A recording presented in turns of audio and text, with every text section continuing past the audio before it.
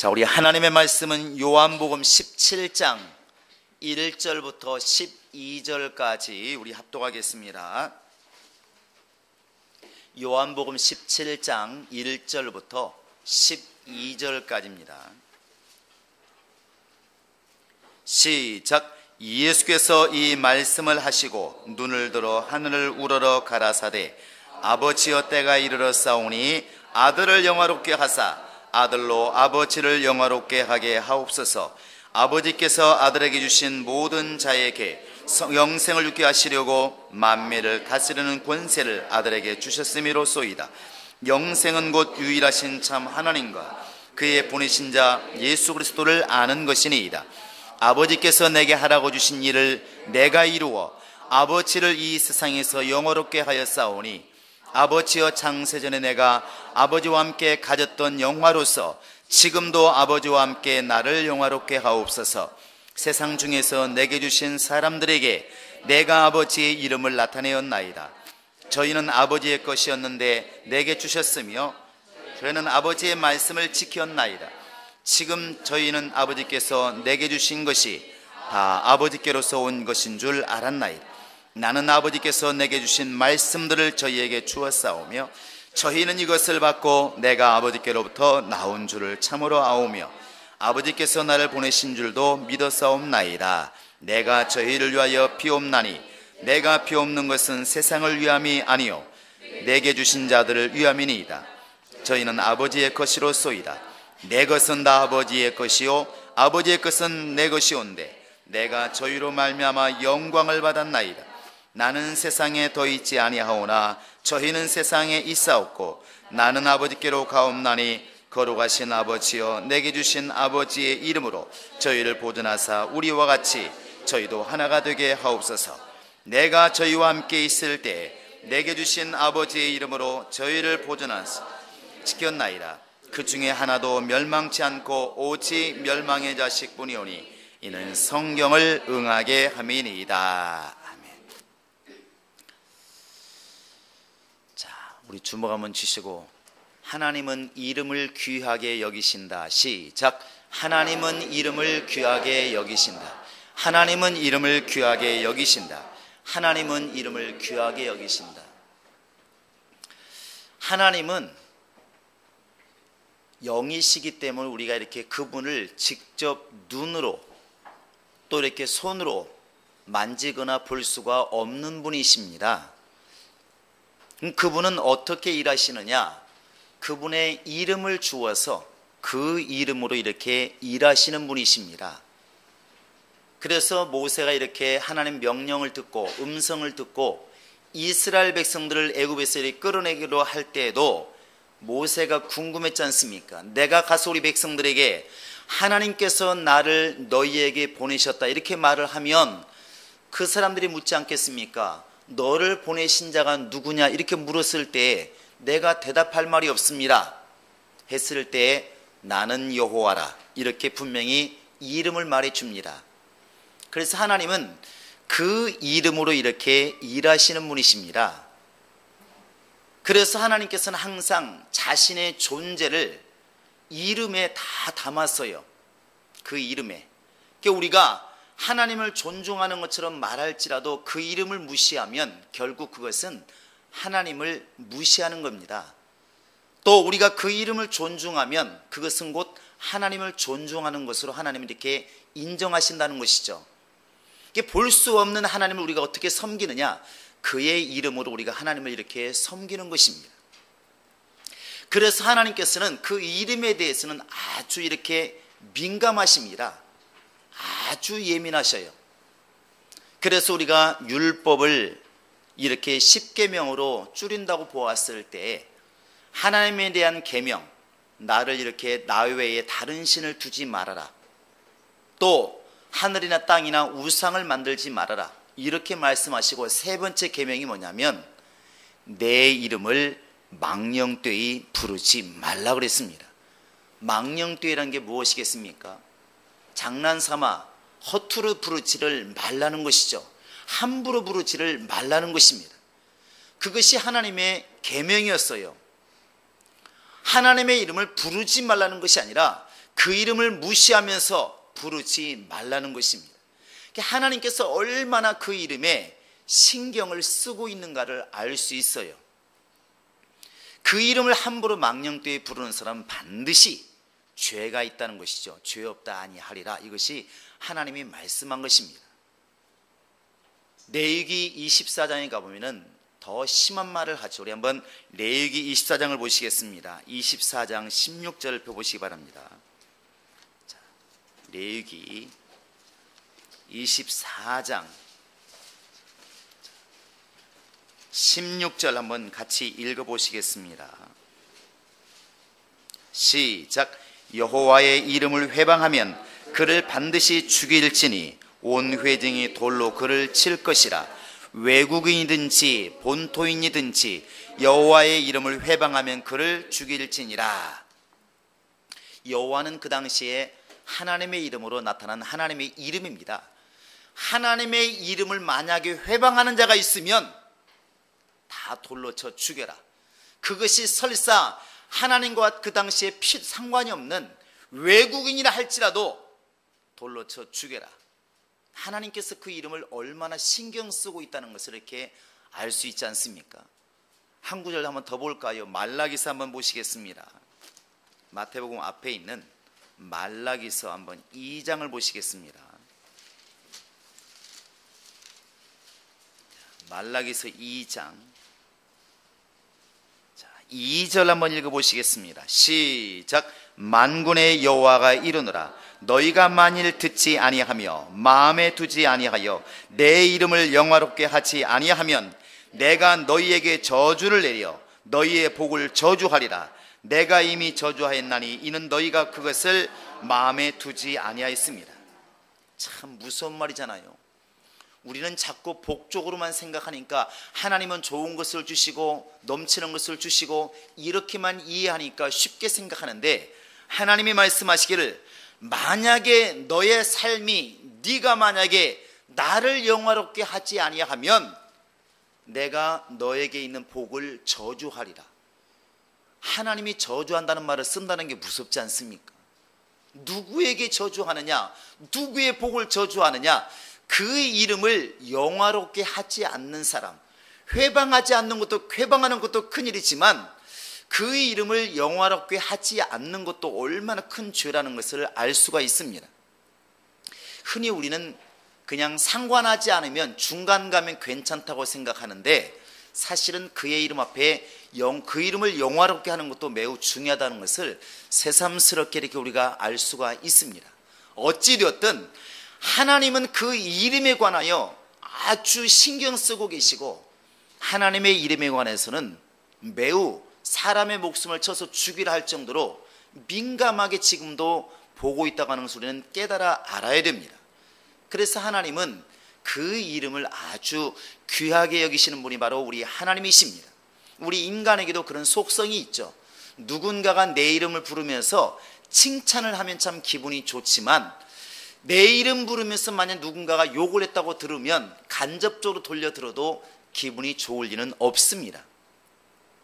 어떤 분이 그런 말을 해요. 이렇게 집을 샀는데 무엇이 가장 기분이 좋았어요? 이렇게 물어보니까 그 집 이사를 다 해놓고 그 다음에 대문 밖에 나가가지고 자기 문패를 이렇게 다는데 그렇게 기분이 좋더래요. 망치질 한두 번 한 것도 아닌데 자기 이름을 이렇게 다는데 그렇게 기분 좋더래요. 이렇게 달아놓고 이쪽에서 쳐다보고 저쪽에 쳐다보고 자기 이름으로 걸렸다는 그것이 너무 기분 좋더래요. 우리 김지선 집사님 얘기가 아닙니다. 아마 아직은 안 달았을 거예요.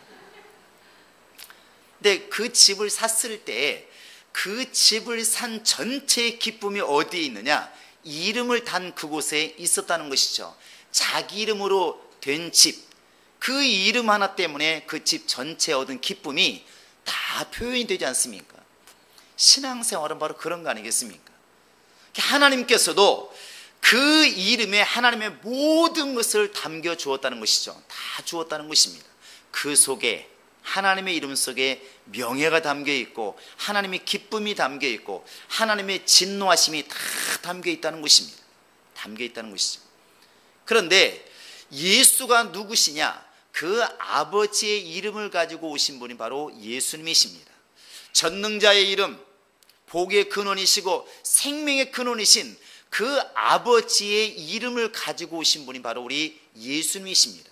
그러니까 우리가 금방 읽었지만 11절 12절에 보시면 여러분 그렇게 나와 있습니다. 자, 한번 11절 한번 읽어보실까요? 11절 한번 같이 읽어보시겠습니다. 시작. 나는 세상에 더 있지 아니하오나 저희는 세상에 있사옵고 나는 아버지께로 가옵나니 거룩하신 아버지여 내게 주신 아버지의 이름으로 저희를 보존하사 우리와 같이 저희도 하나가 되게 하옵소서. 내게 주신 아버지의 이름으로 12절에도 같은 말씀을 하고 있습니다. 바로 내게 주신 아버지의 이름으로 저희를 보존하와 내가 지켰나이다. 예수님이 12제자와 그 많은 사람들을 어떻게 먹이시고 어떻게 가르치시고 어떻게 보존했을까? 마귀의 손에서 어떻게 끄집어냈을까? 내게 주신 아버지의 이름으로 바로 그들을 보존하와 지켰나이다.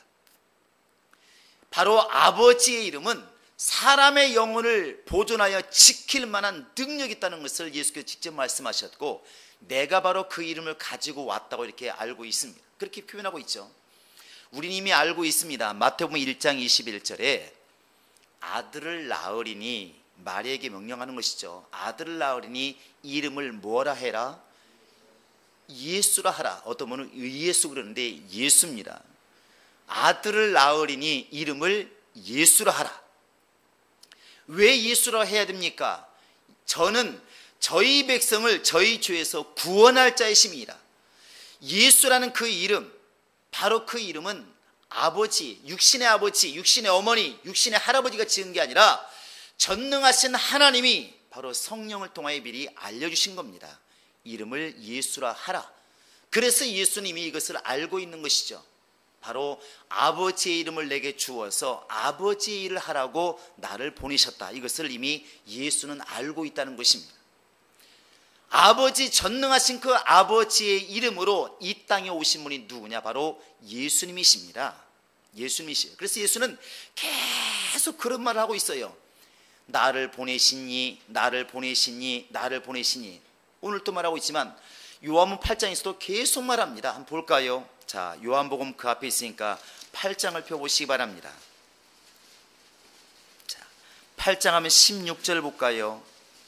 자, 16절 시작. 만일 내가 판단하여도 내 판단이 참되니 이는 내가 혼자 있는 것이 아니요 나를 보내신 이가 나와 함께 계십니다.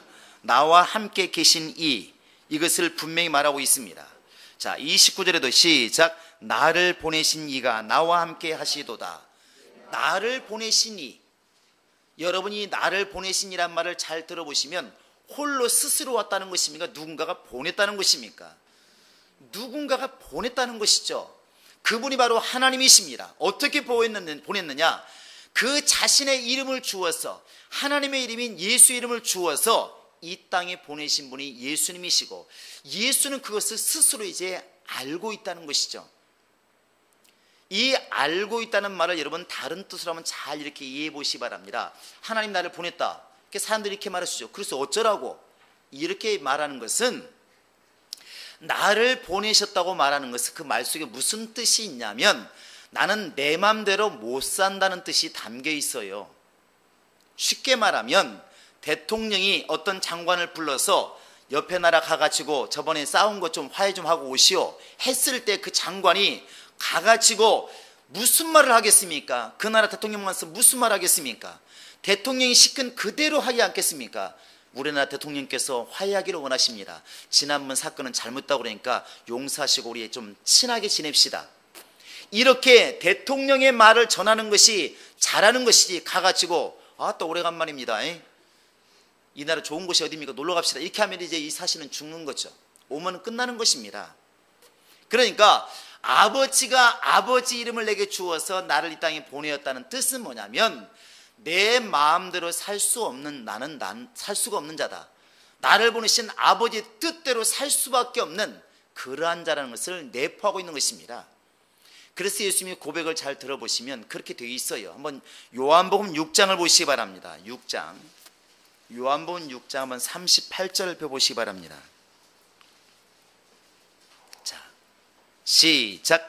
내가 하늘로서 내려온 것은 내 뜻을 행하리 함이 아니요 39절까지 나를 보내신 이의 뜻을 행하리 함이니라.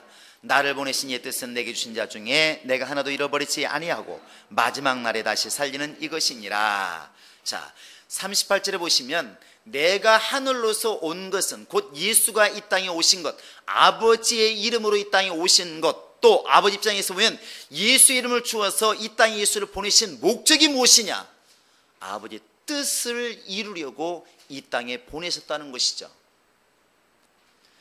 누가 정확히 알고 있느냐? 예수가 이것을 너무 정확히 알고 있다는 것입니다.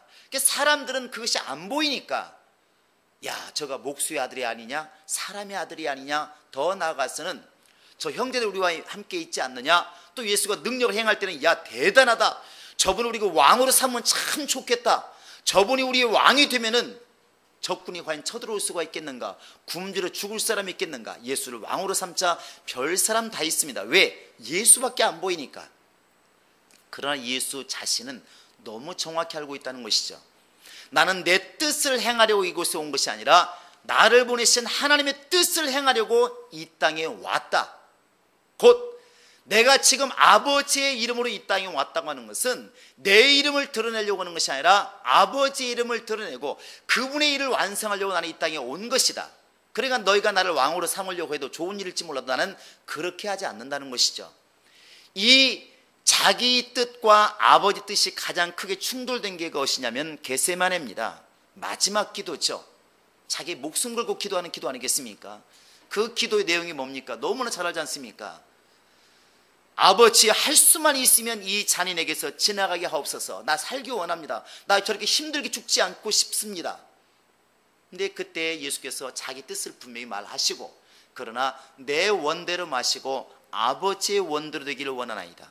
내가 내 이름으로 지금 살고 있다고 한다면 내 뜻대로 해도 할 말이 없지만 내가 지금 아버지께서 나를 보내셔서 아버지 뜻으로 일하는 사람이기 때문에 아버지 뜻이 내가 비록 죽는 한이 있어도 아버지 뜻이 이루어지는 것이 옳습니다. 그러니까 내 뜻대로 하지 마시고 아버지 뜻대로 되기를 원하나이다. 이것이 예수님의 기도였습니다. 예수께서 아버지의 이름으로 이 땅에 오셨다 하는 말은 아버지 뜻을 이루려고 살려고 오셨다는 말과 같다는 것이죠. 그래서 예수는 끊임없이 아버지의 뜻을 계속 이렇게 얘기하는 것입니다. 요한복음 4장에서도 그 수가성의 여인에게 이렇게 대화할 때 제자들이 동네에 나가서 먹을 것을 막 준비해 왔습니다. 빵도 준비해 고기도 준비해 왔을 때 예수님이 얼마나 시장하실까 그래서 드렸더니 예수님이 고맙다고 드시는 게 아니라 나에게는 따로 먹을 양식이 있다. 그게 무엇입니까? 누가 먼저 갖다 드렸는가? 아니죠. 내 뜻은 아버지의 일을 행하고 아버지의 뜻을 이루는 것, 그것이 내 양식이다. 너무나 분명하게 깨닫고 있다는 것입니다. 그런데 여기까지는 우리가 알고 있는 이제 지식이 되는 것이죠. 문제는 우리는 어떻게 할 것이냐 이것이죠. 예수님이 떠나가시면서 그 이름을 가지고 가셨으면 괜찮은데 여러분과 지금 나에게 맡겼다는 것입니다. 우리 한번 요한복음 17장 한번 보시기 바랍니다. 26절 마지막 절입니다. 시작. 내가 아버지 이름을 저희에게 알게 하였고 또 알게 하리니 이는 나를 사랑하신 사랑이 저희 안에 있고 나도 저희 안에 있게 하려 함이니. 아버지의 이름을 자기만 가지고 있는 게 아니라 누구에게 알게 하였습니까? 여러분과 지금 나에게 아버지 이름을 알게 했다는 것이죠. 그 다음에 요한복음 1장 12절 한번 읽어보시기 바랍니다. 요한복음 1장 12절입니다. 여러분 다 알고 아마 다 외우는 말씀일 것입니다. 요한복음 1장 12절 한번 같이 읽겠습니다. 시작. 영접하는 자 곧 그 이름을 믿는 자들에게는 하나님의 자녀가 되는 권세를 주었으니. 여러분은 지금 그 이름을 영접하고 알게 되었고 그 이름을 소유한 자들입니다. 내 안에 예수의 이름이 있다. 시작. 내 안에 예수의 이름이 있다. 내 안에 예수의 이름이 있다. 내 안에 예수의 이름이 있다. 할렐루야. 그래서 우리를 성전이란 말을 쓰는 것입니다. 솔로몬이 이렇게 역대하 2장에서 말할 때 그러지 않습니까? 내가 주의 이름을 위하여 건축할 마음이 있다. 그것은 바로 건축이라고 하는 것, 성전, 그 당시에 솔로몬 성전을 짓기 전에 성전을 지으려는 목적이 무엇이냐? 하나님의 이름을 모시고 싶다는 것이죠. 하나님의 이름을. 여러분과 지금 내가 성전이라고 말하고 있습니다. 그래서 고린도서 3장에서도 너희 몸이 성전인 것을 알지 못하느냐 묻고 있는데, 성령이 거하시는 전이란 뜻이죠. 달리 말하면 하나님의 이름을 우리 안에 모셨다는 것입니다. 그래서 성전이에요.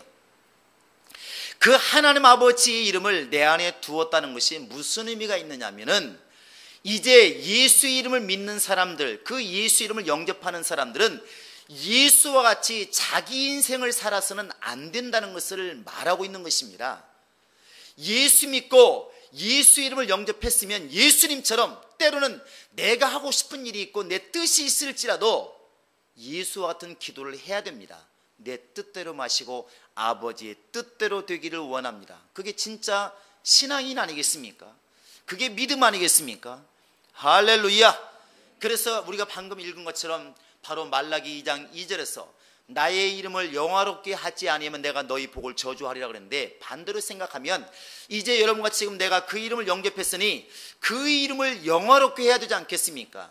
예수님께서 주기도문을 가르치실 때에 맨 먼저 가르친 게 뭡니까? 하나님 아버지 이걸 딱 부르신 걸 빼놓고 나면은 하늘에 계신 우리 아버지여 이름이 거룩히 여김을 받으시오며, 이게 첫 번째예요.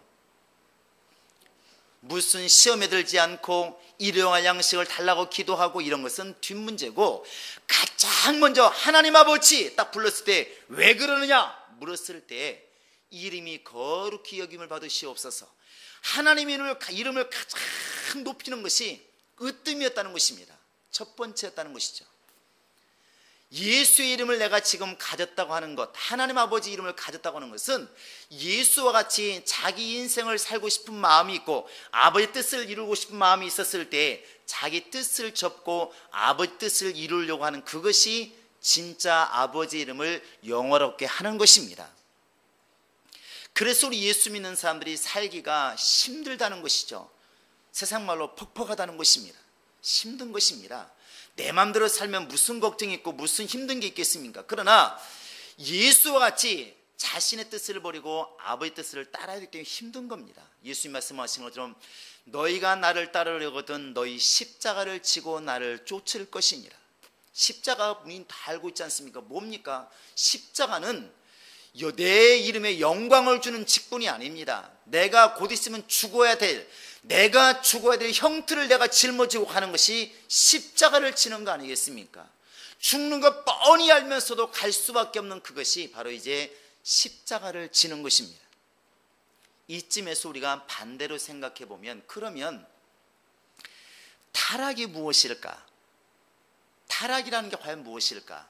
타락은 딱 답이 나오지 않습니까? 하나님 이름을 영화롭게 하지 않는 거예요. 바꿔 말하면 예수의 이름을 영화롭게 해야 되는데, 하나님의 이름을 영화롭게 해야 되는데 자기 이름을 영화롭게 하면 그게 바로 타락입니다. 너무나 쉬운데도 안 되죠. 우리 한번 창세기 11장을 볼까요? 11장에 보면 바벨탑 사건이 나와 있습니다. 너무나 잘 알지만 한번 보시기 바랍니다. 1절부터 한번 4절까지 한번 읽어보시겠습니다. 창세기 11장 1절부터 4절 시작. 온 땅에 구음이 하나이요 언어가 하나이었더라.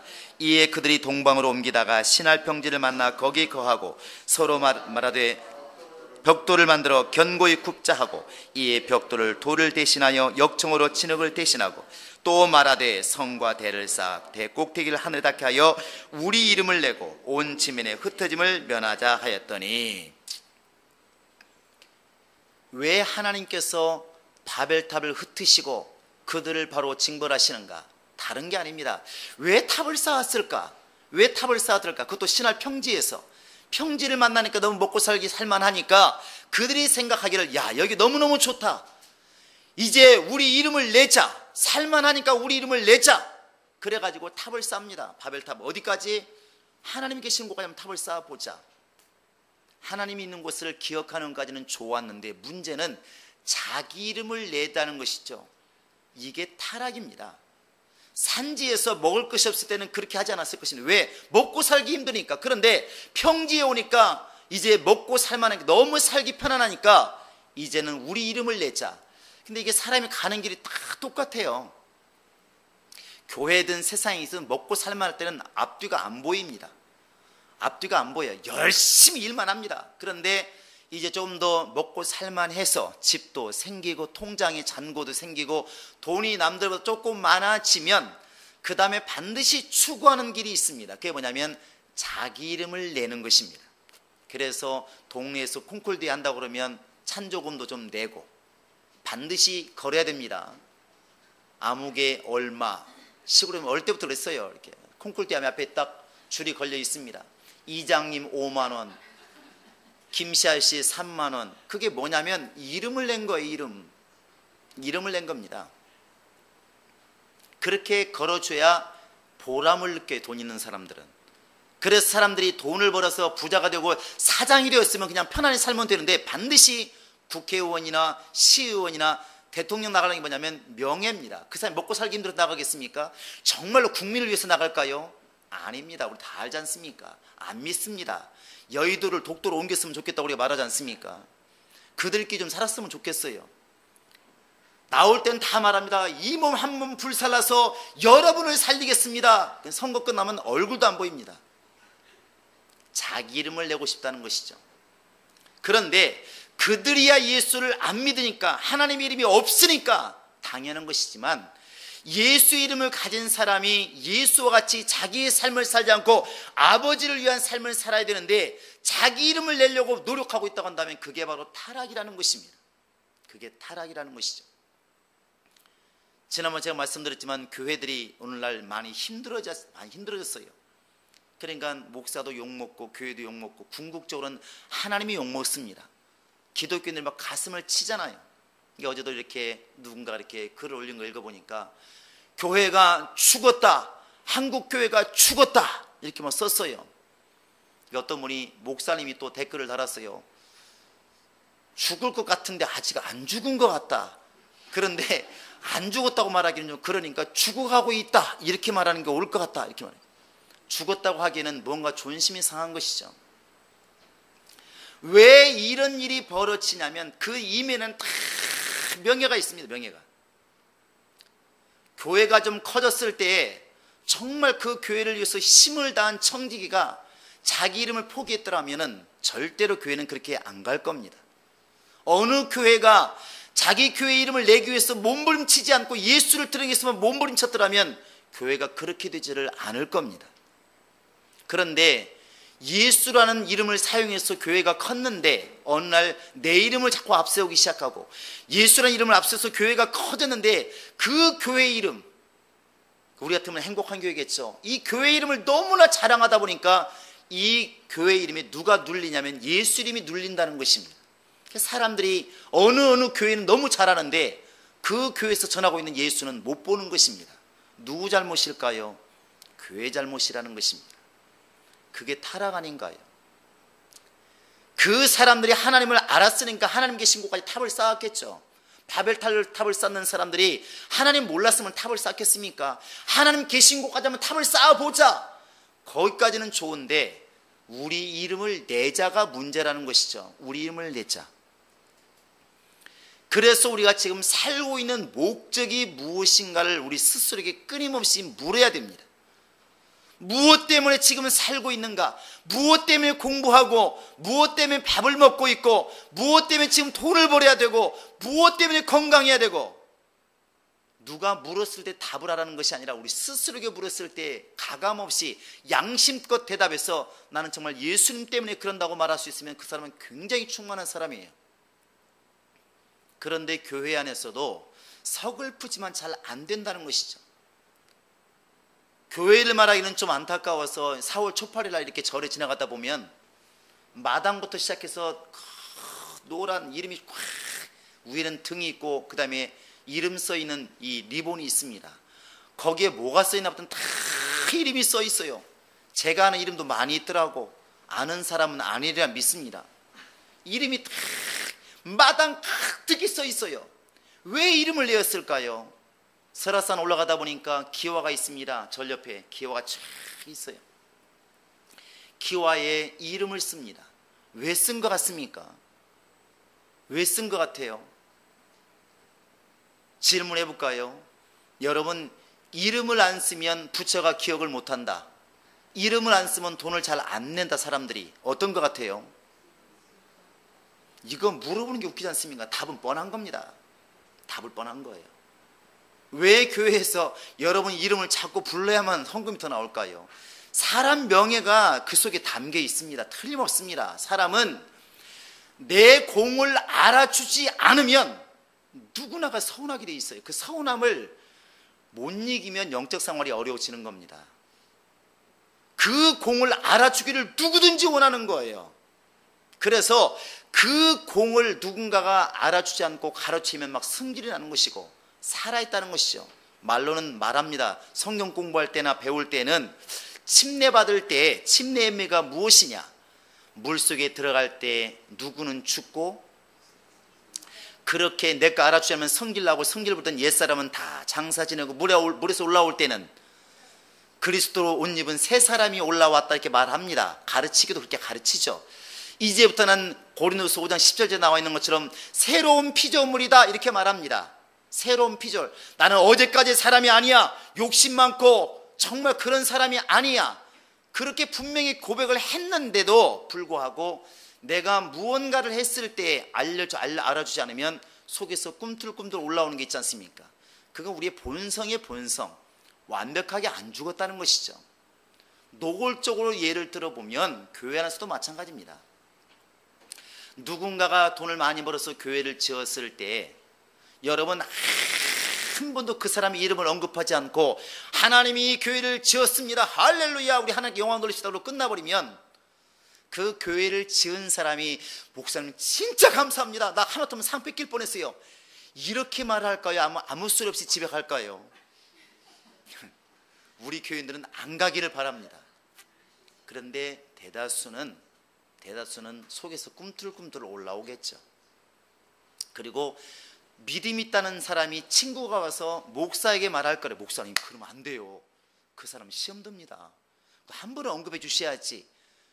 그게 심리라는 심리. 사람의 내면은 그런 게 누구나가 있다는 것입니다. 누구나가. 말하는 사람은 당연히 말을 언급을 해줘야 되겠지만 우리 스스로는 내가 주님을 위해서 세운 공에 대해서는 여러분 절대로 내세우지 않기를 바랍니다. 누구를 내세워야 되냐? 하나님 아버지의 이름을 내세워야 그게 진짜 믿음입니다. 하나님은 거기에 대해서 상을 주신다는 것이지 내 이름을 내세우는 것에 대해서는 절대로 상이 없다는 것입니다. 없다는 거예요. 내 이름이 유명해져서 과연 주님께 이익될 게 무엇이 있으며 우리 교회 이름이 유명해서 주님께 이익될 게 뭐 있냐는 것입니다. 예수께서 우리에게 알려주신 것은 단 하나입니다. 예수의 이름. 오직 그 이름으로 기도하고 그 이름에 무릎 꿇고 그 이름이 바로 아버지 이름이니까 그 이름을 함부로 사용하지 말아라. 그 이름 마귀도 굴복하는 이름이지 않느냐. 그 이름을 바로 존중히 여기고 아끼라는 것입니다. 이게 진짜 믿음이에요. 할렐루야. 예수께서 아버지 이름으로 이 땅에 오셨다. 그것만 알고 우리가 지금 찬양하고 그렇다고 끝난다고 한다면 무슨 의미가 있겠습니까? 주님이 원하시는 것은 이 이름을, 아버지 이름을 정말 여러분과 지금 나에게 주었으니 너도 예수님처럼 네 이름을 위해 살지 말고 아버지의 이름을 위해서 살라는 것입니다. 그래서 예수님이 말씀하신 것처럼 내가 주님을 위해서 죽도록 일을 하고 마지막 밤늦게까지만 주님을 위해서 일을 했을지라도 내가 주 앞에서 고백해야 될 말은 나는 무익한 종이로소이다. 나는 무익한 종이로소이다. 이것이 마지막 고백이 되어야 그게 진짜 신앙인이지 않겠냐는 것입니다. 내 영혼아 예수의 이름을 빛내자. 시작.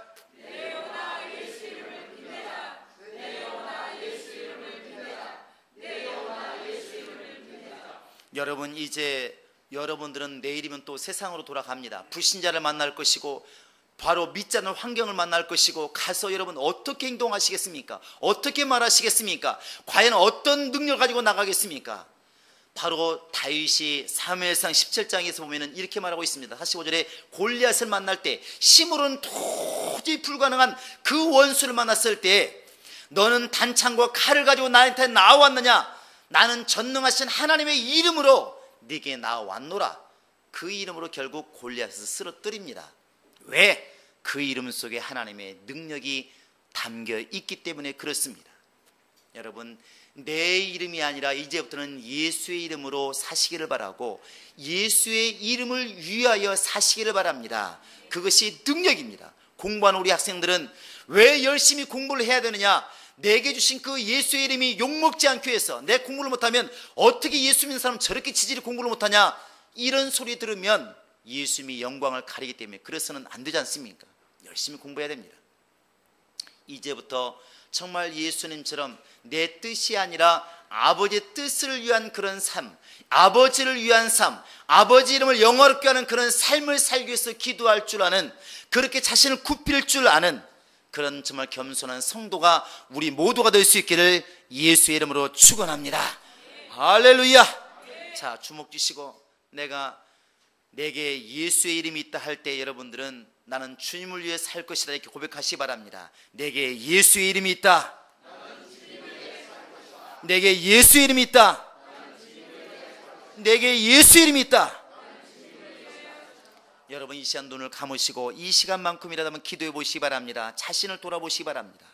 누군가가 나를 무시하면 화낸 적이 없는지, 누군가가 나를 무시하면 막 열난 적이 없는지 돌아보시고, 과연 그렇게 누군가가 예수를 무시할 때 내가 화난 만큼 화가 났었던가? 누군가가 예수를 무시할 때 그렇게 내 속에서 그만큼 열이 났던가? 그렇지 않다고 한다면 난 아직까지도 나를 위한 삶이지 예수를 위한 삶이 아닌 것입니다. 이 시간 기도할 때 주여 나를 돌이키게 하소서. 이제 누군가가 나를 정말 아버지 무시할 때 그것이 화가 나는 것이 아니라 예수를 무시할 때 더 화가 나게도 하시고, 내 인생이 그렇게 예수를 위한 삶이 되게 하소서. 예수를 위한 정말 예수의 이름을 영화롭게 하게 한 그런 삶을 살게 하소서. 이 시간 우리 다 같이 기도하시겠습니다. 살아계신 우리 하나님 아버지, 살아계신 우리 하나님 아버지, 정말 하나님의 이름을 망령되이 일컫는 사람 분명히 죄가 있다 말씀하셨고, 그 이름을 영화롭게 하지 않는 사람 그의 복을 저주하신다고 주님께서 경고하셨습니다. 우리 모두는 주의 이름을 항상 아버지 존귀히 부르게 도와주시고, 그 이름을 의지하게 도와주시고, 그 이름을 영화롭게 하시도록 우리 아버지 하나님이 함께 하시고 인도하여 주시옵소서. 예수는 고백하고 있습니다.